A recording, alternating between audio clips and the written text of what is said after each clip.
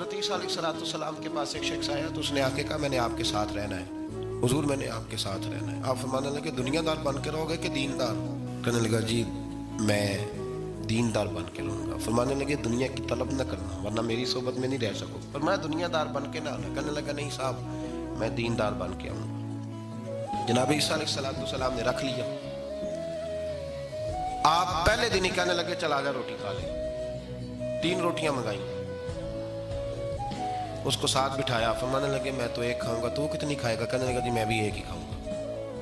ایک روٹی اس نے کھا لی، ایک آپ نے کھا لی، تیسری روٹی چھوڑ کے جناب عیسیٰ علیہ السلام دریا کنارے وضو کرنے چلے گئے۔ واپس آئے تو روٹی کوئی نہیں تھی۔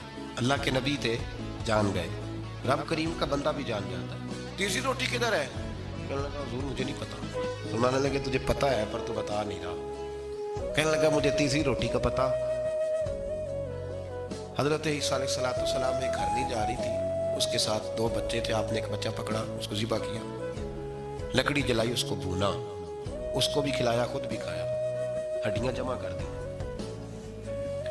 جب وہ ہڈیاں اس پہلو کو ذرا سمجھیے گا، جب کھا بیٹھے ہڈیاں جمع، وہ ہرنی بھی کھڑی ہے، دوسرا بچہ بھی کھڑا ہے۔ ایک بچہ کا ذبح کر کے کھا لیا، دوسرا کھڑا ہے۔ جب پیٹ بھر لیے، وہ بھی ڈکار لینے لگا سامنے، تو حضرت عیسیٰ علیہ السلام ہڈیوں سے کہنے لگے چلو اٹھ جاؤ اللہ کے حکم سے۔ ہرنی کا بچہ پھر سے زندہ ہو گیا۔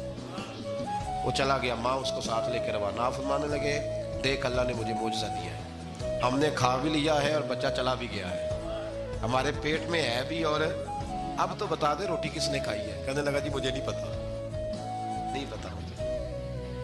حضرت عیسیٰ علیہ السلام اس کو ساتھ لے کے بڑھے تو دریا کے اوپر، پانی کے اوپر پیدل چلنے لگے۔ دریا پار کر گئے۔ فرمانے لگے تو پانی پہ چلتا رہا ہے،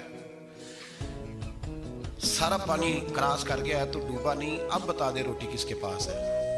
کہنے لگا نہیں پتا مجھے پتا۔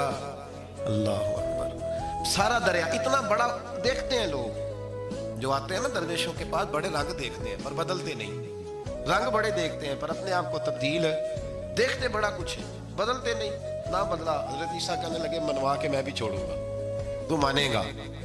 آپ نے نا ریت کٹھی کی، ریت 3 حصوں میں ریت جمع کر لی اور پھر اس پر کچھ پڑھ کے پھونکا تو وہ سونا بن گئی۔ 3 ڈھیریاں تھی ریت کی، پھونکا تو سونا بن گئی۔ آپ فرمانے لگے یہ سونا تیرا، ایک ڈھیری تیری، ایک میری، اور تیسری اس کی جس نے تیسری روٹی کھائی ہے۔ کہنا جی میں ہی کھا دی، میں نہیں کھائی۔ یہ تیسرا اس کا حصہ جس نے تیسری، کہنے لگا میں نہیں کھائی ہے، مان گیا۔ ذرا بات کو سمجھیں، پانی پہ پیدل